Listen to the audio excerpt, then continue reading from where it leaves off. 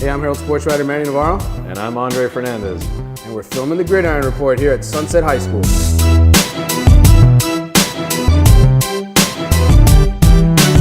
All right, Dre, time to make the picks. Week 2, let's get to it. These Sunset Knights taking on Palmetto. I think Coach was just telling us they've never beaten Palmetto. Yeah, that's going to change. That's what I'm picking this week. I know I didn't do it last week, but I didn't. Like I said on the other show, I didn't know what to expect of this team considering what's gone down here for 4 years. But this is a different squad this year, and I think they have the talent to do it. I think they can finally break that jinx. Yeah, Ludwig Sandville, their quarterback, was at Central before. Basically, wasn't going to get any playing time at quarterback. They wanted him to play DB. He ends up coming over here because he wants to play quarterback. Yeah. Part of the engineering program, Looked I think. good, too, against South Miami, let me tell you. And they win the game. Yep. So we'll see if they can beat Palmetto this week. Carroll City and South Dade, two teams coming off a loss in the opener, but still definitely top 20 worthy in our poll. Yeah, absolutely. I mean, both teams really, bounce back week, bounce back opportunity, and honestly, one that both sides really need to get because Carroll City the following week has Booker T. It's not going to get easier for South Dade. I think they have American the week after that. I'm going to give the nod to Carroll City. It's at Traz Powell. They were very close to beating Killian had Killian not made those big plays. So I'm going to give the Chiefs the benefit of the doubt, although they're going to be a little undermanned with Rashad Fenton suspended for one game at least for one game because of that ejection he had in the Killian game. But I think they'll still pull through. All right, I'm picking Carroll City as well. I think playing at Traz will make a difference in that game. All right, Friday night, Dillard at Deerfield Beach. Both of these teams coming off big wins in the opener. Yeah, they definitely, especially Dillard. I think, a lot of people have thought Dillard's going to drop off this year a little bit. That district is up for grabs, but they come up with an impressive win against Plantation. But I think Deerfield's another one that feels a little disrespected. They're hearing a lot of hype about Monarch. They think that, all this and that with the Alabama kids there. And I think Deerfield really hasn't dropped off that much. I think I've been saying it over and over. They have one of the best offensive lines in South Florida. It got them the win last week convincingly, and I think it gets them past Dillard this week. By the way, this might be the best inside matchup. I mean, you talk about offensive line, defensive line stars. Yeah. Dillard's got that great defensive line, especially at the tackle position, and they got Deerfield with the offensive lineman, like you just said. I mean, that's going to be a great battle up front. Guys, yeah. I think Deerfield wins that game. I agree. Chip on the shoulder. All right. Yep. Columbus versus Belen, the Pope Bowl, or whatever it is that they call this game. The two all-boys Catholic schools getting together again.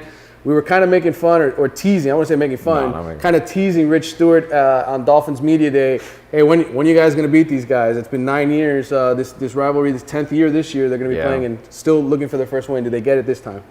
I think they're still looking. It's going to be a long look, unfortunately, for Rich and those guys because I think Columbus looked good last week for a reason. That team has the potential to be right there at the finish line this season with all the contenders in 8A. It's the game has become more of an event. It's like a cookout. It's really It's like those Georgia-Florida games and SEC, the tailgate. You don't see that atmosphere, but when it comes to game time, I think Columbus wins, and I think convincingly. All right, I'm going to say that it's close for a half. That Belen and Rich Stewart's kids play tough for a half, but then Columbus prevails. All right, Champignon Catholic, Westminster Christian. This was two really good teams last year, state semifinalists, state champion. Who wins the rematch, Dre? Look, those guys know, and I know you're going to make the joke about it being my alma mater. Everybody does that every time now, but they know I've picked them to win 2A. They know I've picked them, to be one of the top teams overall in the state this year.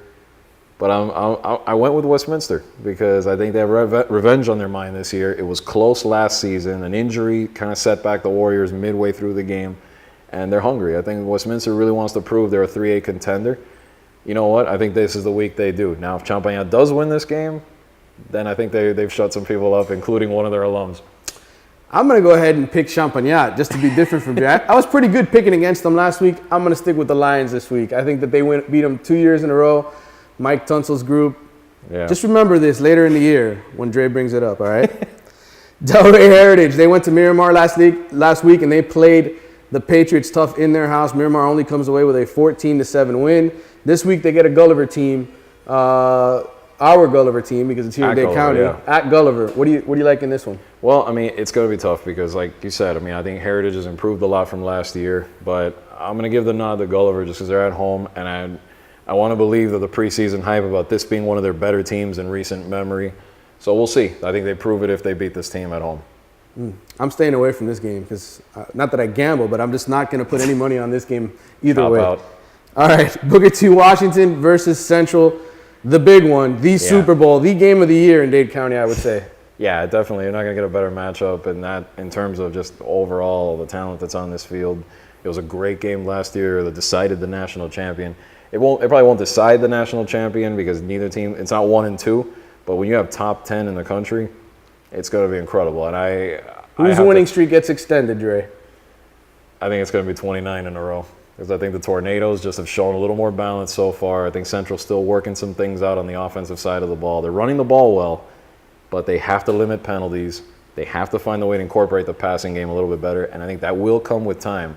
But against this Booker T team, it's going to be tough. I think this is an interesting matchup because Booker T's offense is tremendous. Central's defense is tremendous. But then you flip to the other side, and those are the areas that are sort of the work in progress. I think Booker T's defense really hasn't faced a very potent offense yet. No.